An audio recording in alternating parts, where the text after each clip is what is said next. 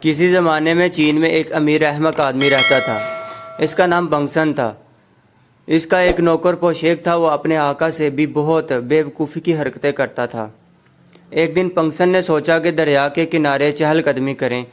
اس نے اپنے جوتے پہنے، خیال نہیں کیا کہ ایک جوتے کا نالا موٹا ہے اور ایک کا پتلا۔ وہی جوتے پہن کر ٹہلنے لگا۔ پیچھے پیچھے اس کا نوکر بھی تھا۔ تھوڑی دیر چلنے کے بعد پنگسن کو محسوس ہوا کہ چلنے میں دقت پیش آ رہی ہے۔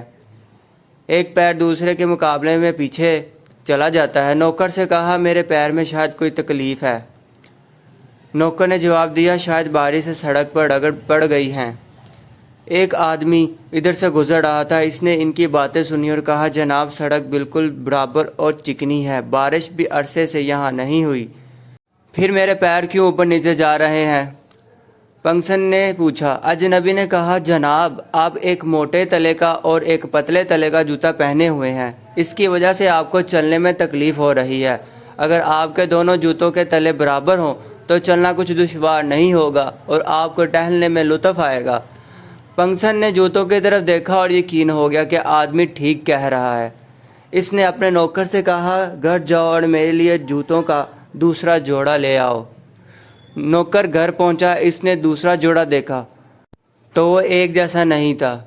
ایک نالا موٹا اور دوسرا نالا پتلا تھا۔ اس نے سوچا، یہ تو ویسے ہی جوتے ہیں جیسے اس کا آقا پہنے ہوئے ہیں اور جن کی وجہ سے ان کو تکلیف پہنچ رہی ہے، تو پھر ان جوتوں کو لے جانے کا کیا فائدہ؟ وہ خالی ہاتھ واپس آ گیا۔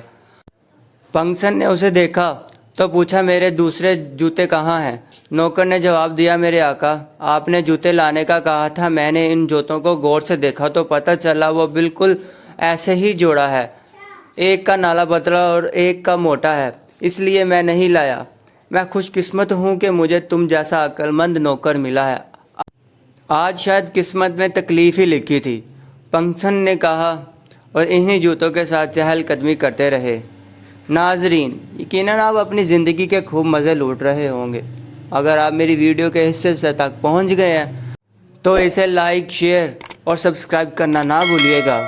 خدا نگہبان۔